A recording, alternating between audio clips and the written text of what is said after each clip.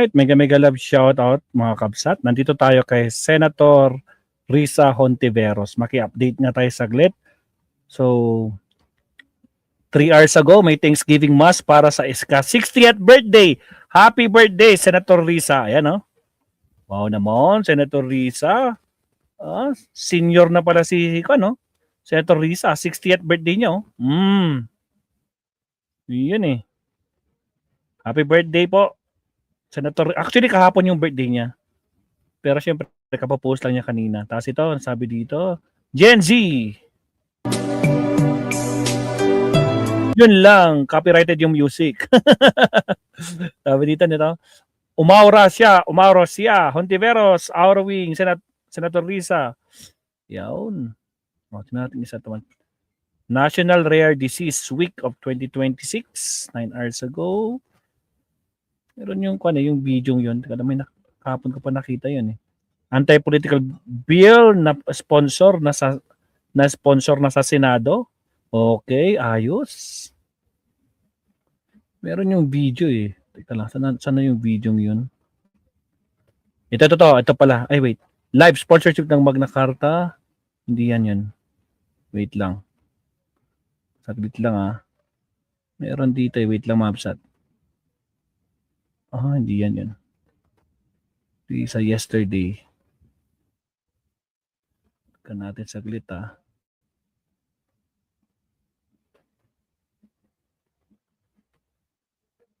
Asan na yun? Wait lang. Tama ba? Anti-political dynasty. Ito. Sponsorship ng anti-dynasty. Mapahinggan natin. Confirm it. So mga kapsat, ito po, sponsorship ng anti-political dynasty. Ko lang to, 7 minutes.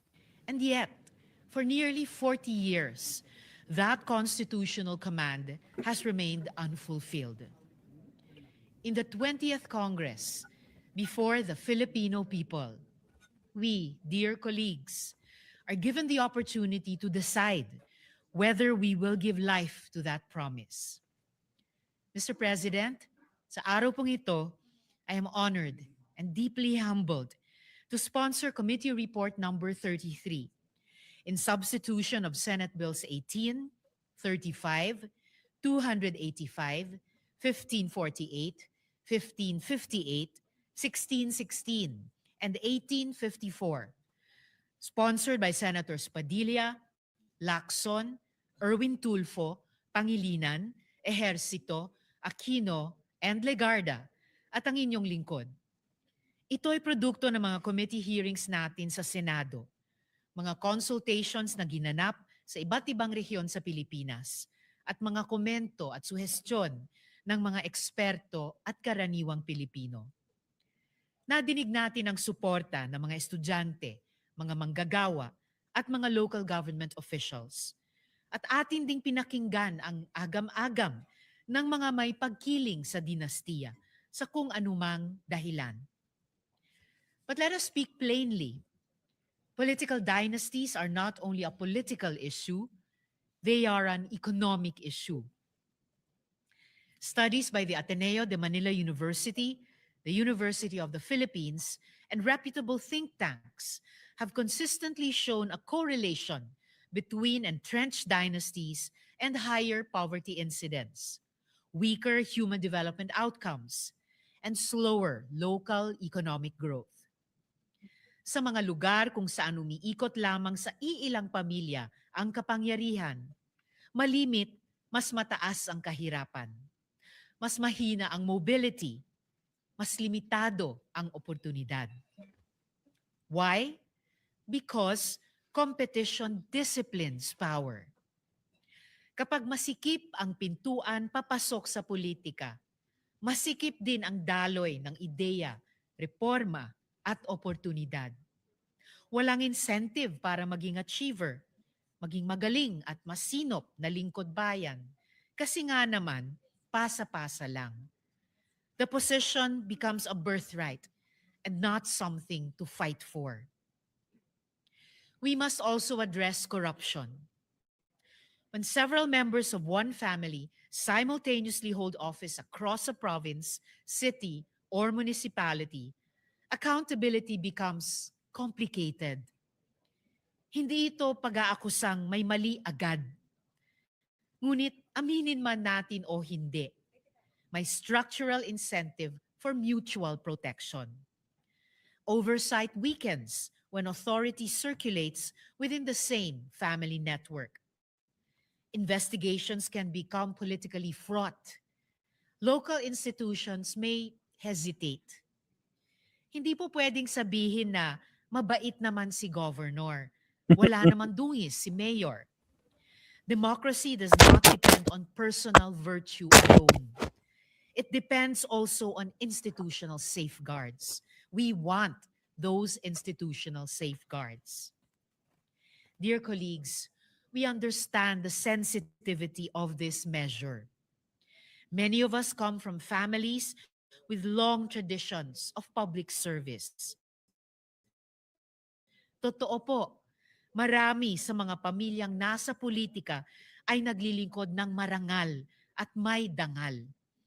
This bill is not about attacking families or questioning anyone's long tradition of public service. That tradition itself shows that public service can be honorable. But today is about institutional legacy. Kung hindi natin kikilalanin ang utos ng konstitusyon ngayon, kailan pa? If we truly believe in equal access to public service, then we must create rules that widen access. The bill is not an assault on political families and those who belong in them. What it does is prevent simultaneous concentration of power within the same family in the same sphere of governance. Mr. President, dear colleagues, we acknowledge that people have varying ideas of what a perfect anti-dynasty bill would look like. Some bills were expansive in theory, but impossible to implement. Some extended prohibition so broadly that verification would overwhelm our electoral system. We listened to the Commission on Elections, and the COMELEC has been clear. Enforceability is essential.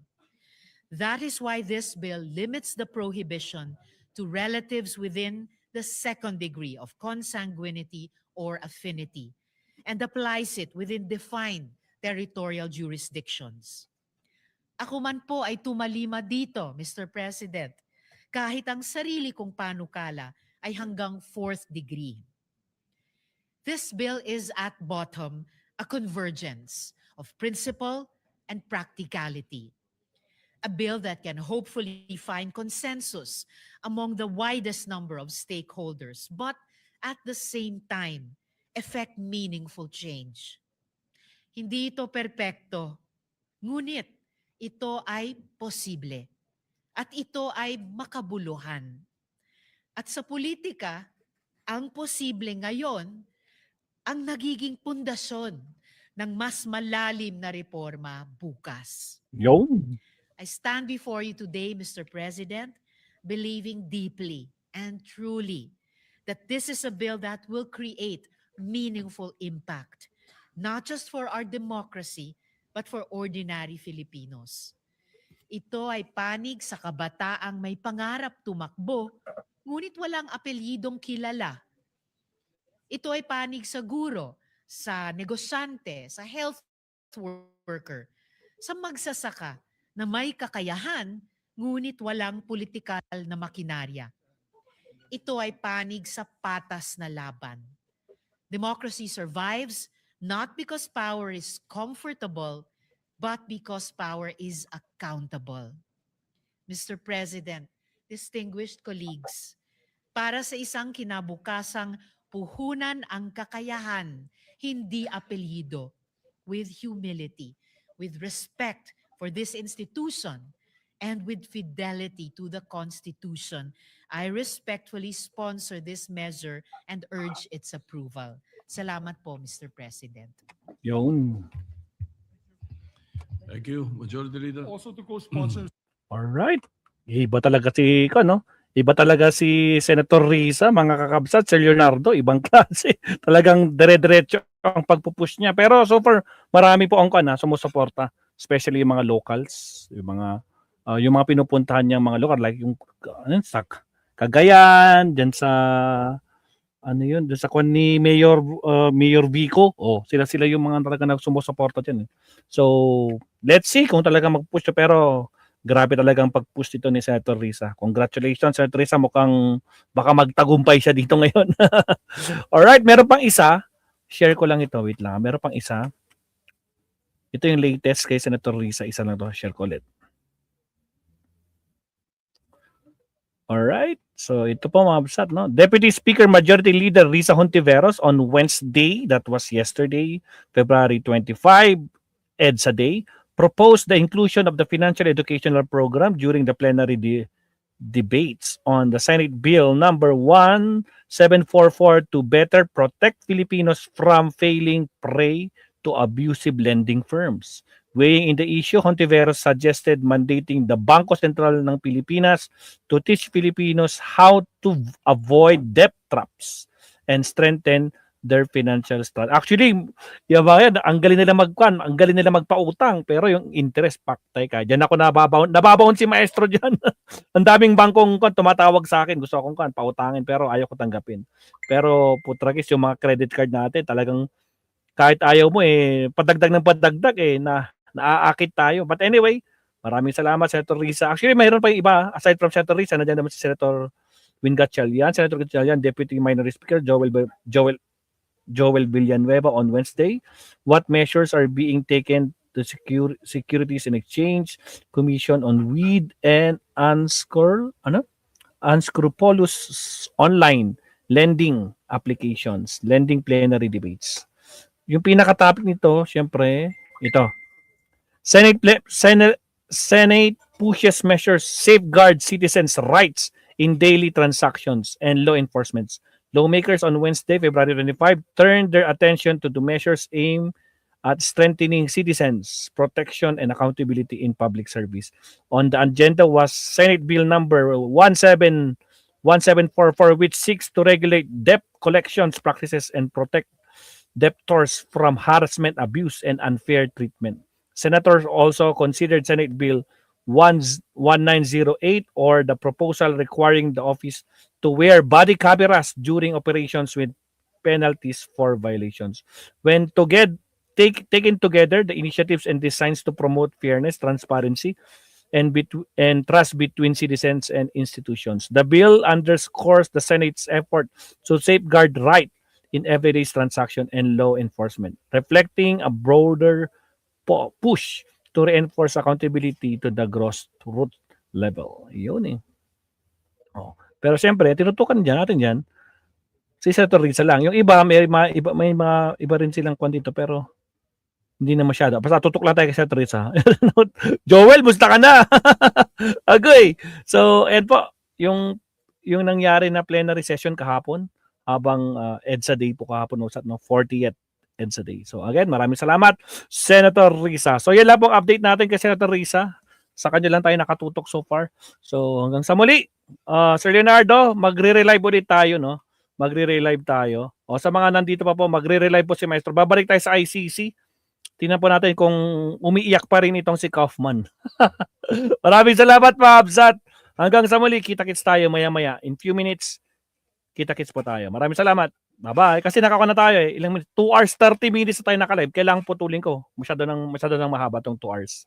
Maraming salamat po. Hanggang sa muli, kita-kits tayo. Bye-bye.